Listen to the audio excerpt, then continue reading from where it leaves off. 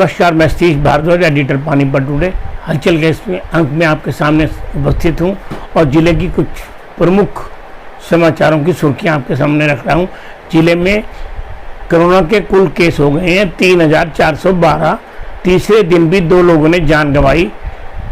प्रदेश में एक्टिव केसों में पानीपत सबसे पहले नंबर 1173 और 97 कोरोना को हराकर घर लौटे हैं। 112 नए केस मिले हैं। शवगृह में एसी खराब होने से कोरोना रिपोर्ट के इंतजार में शव सड़ रहे हैं। सोनू सूद दिलों पर राज कर रहे हैं। पानीपत रिफाइनरी और ITI मिलकर युवकों को प्रशिक्षित करेंगे। बांध गांव के सरपंच को जान का खतरा। निर्माणाधीन शुगर मिल का मार्च तक ट्रायल हो जाएगा। अभी प्राप्त समाचारों के अनुसार जिला प्रशासन ने फैसला किया है कि शनिवार एतवार को पूरा बाजार खोला जाएगा और सोमवार और मंगलवार को बाजार बंद रखा जाएगा, जिसका जहां के दुकानदार किसी हद तक विरोध कर रहे हैं उनको संतुष्ट करने के लिए प्रधान अनिल मदान ने उनकी मीटिंग बुलाई है और जल्द ही इस पर फैसला कर लिया जाएगा। अब समाचार विस्तार से। निर्माणाधीन डाहर शुगर मिल ट्रायल बेस पर चलना हमारी प्राथमिकता।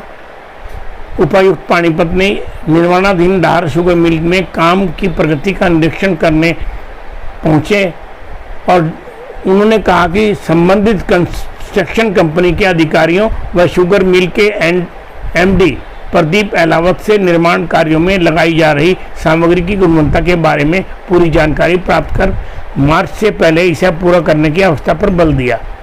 उन्होंने इसके लिए कामगारों की संख्या बढ़ाने के लिए भी कहा ताकि तय समय में इसका काम पूरा हो सके। उन्होंने बताया कि वर्तमान में इस मिल में 18,000 क्विंटल प्रतिदिन गन्ना पेराई की क्षमता है। नई मिल के बन जाने पर यह 50,000 क्विंटल प्रतिदिन की क्षमता हो जाएगी। निर्माणाधीन नई शुगर मिल 75 एकड़ में बन रही है। नई चीनी मिल के बन जाने पर क्षेत्र में रोजगार के नए साधन पैदा होंगे व युवाओं को रोजगार मिलेंगे। उपायुक्त धर्मेंद्र सिंह ने कहा कि वे व्यक्तिगत तौर पर कंपनी की कंस्ट्रक्शन अधिकारियों के से संपर्क में रहेंगे ताकि कोई दिक्कत आने पर वह उसका समाधान करने में उनकी सहायता कर सकें। अगला समाचार।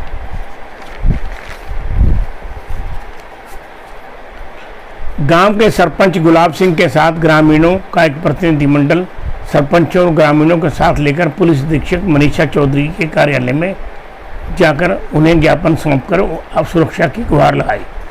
बांध गांव में होटल मालिक धर्म सिंह के घर पर हथियारबंद बदमाशों के हमला करने पर आत्मरक्षा में चली गोली में विकास के 2 साथी मौके पर मारे गए थे। पुलिस ने धर्मपाल सहित 5 लोगों को इस हत्याकांड के आरोप में गिरफ्तार कर जेल भेज चुकी है। पुलिस कप्तान के पास पहुंचे ग्रामीणों ने बताया कि विकास पहले भी सरपंच गुलाब सिंह पर गोली चला चुका है। तब विकास ने पंचायत से माफ़ी मांगकर समझौता कर लिया था।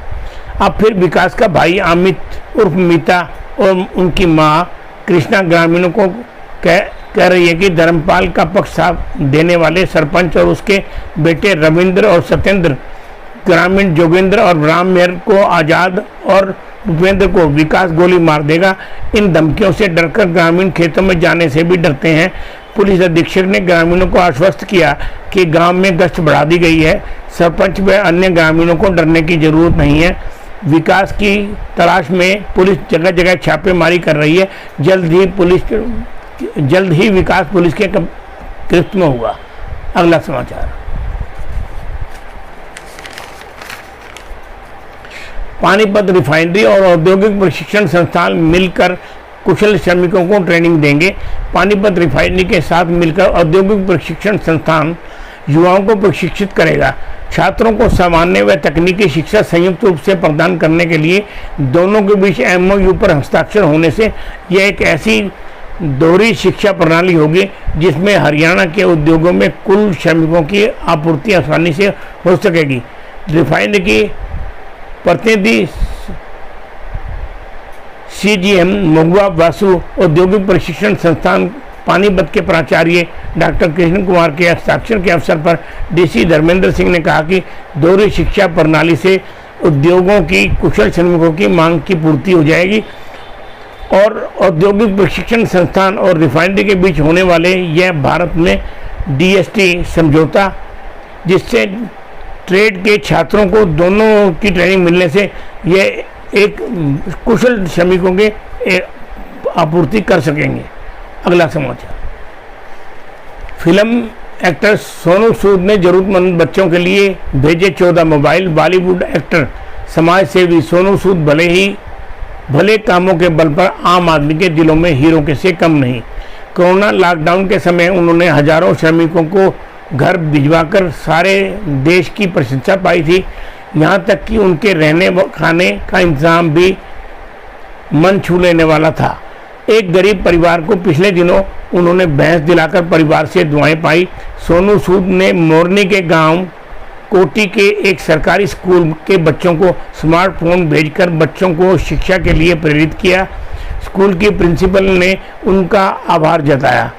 अब जेईई और नीट की छात्रों की परीक्षा केंद्र तक पहुंचाने की मदद को उन्होंने हाथ बढ़ाया है। सोनू सूद ने सितंबर में होने वाली जेईई और नीट की परीक्षा में भाग लेने वाले छात्रों की यात्रा के इंतजाम करने की बात कही है। विपक्षी दल परीक्षा स्थगित करने की बात कर रहे हैं।